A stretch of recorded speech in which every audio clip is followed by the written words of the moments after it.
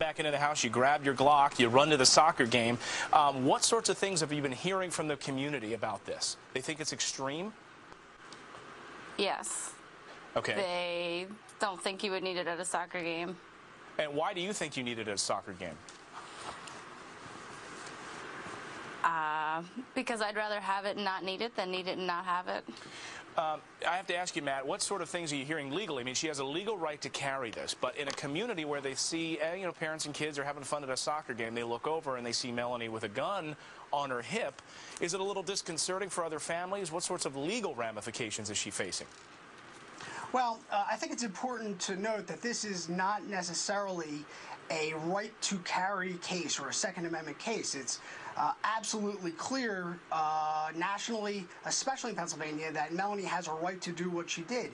It was the sheriff's action in prosecuting her knowingly that she had this right, but trying to please his constituents' concerns. Now, whether those concerns are valid or not are for a judge and for due process. We're all entitled to due process, right or wrong.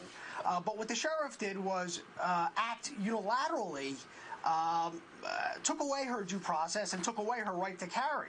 Well, even, according to Philadelphia Inquirer, and there are a lot of people who are actually up in arms about this, and in fact, I want to point this out to our viewers, ardent gun advocates who really believe in gun rights are actually up in arms about this. And let me read you something that the Brady Center said about all of this, because they said, the Brady Center to Prevent Gun Violence said, their senior attorney said, this is a case that calls out for common sense and sanity. It's an incredible risk to bring a loaded semi-automatic weapon to a children's soccer game. Melanie, what do you say to the Brady Center?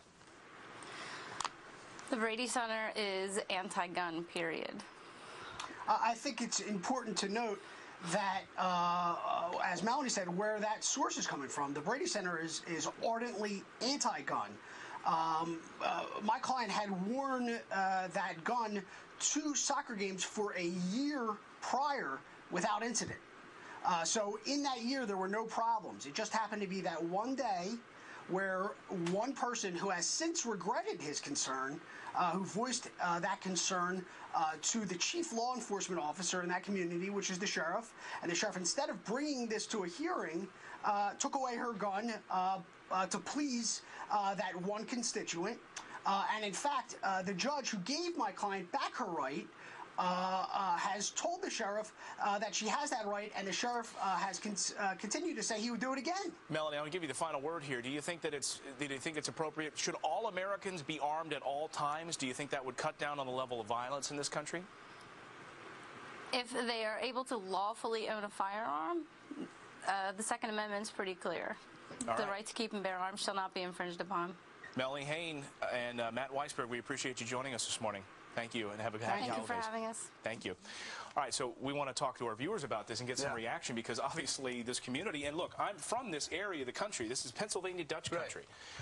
Where people love their hunting. Oh, they love their hunting, absolutely. Right, it's not Wyoming. But it's also quiet communities, and I played soccer in this particular area of the country, and I know what those soccer games are like. Just even showing up at a soccer game, very peaceful, quiet time, to look over and see a mom with a gun on your hip probably raises some eyebrows. You can see why this is a heated debate. We've got an email here from Barry. I live and teach in a rural community which values hunting. Again, while I staunchly support the right to bear arms, I must add the caveat is that it's never appropriate to bring weapons to a school or school-related event, especially true at a sporting event where emotions run hot, as we all know, and parents frequently behave in ways they later regret. So a lot of people very mixed on this, and you can see why it's heated. Email us, friends@foxnews.com. Follow Clayton Morris at twitter.com.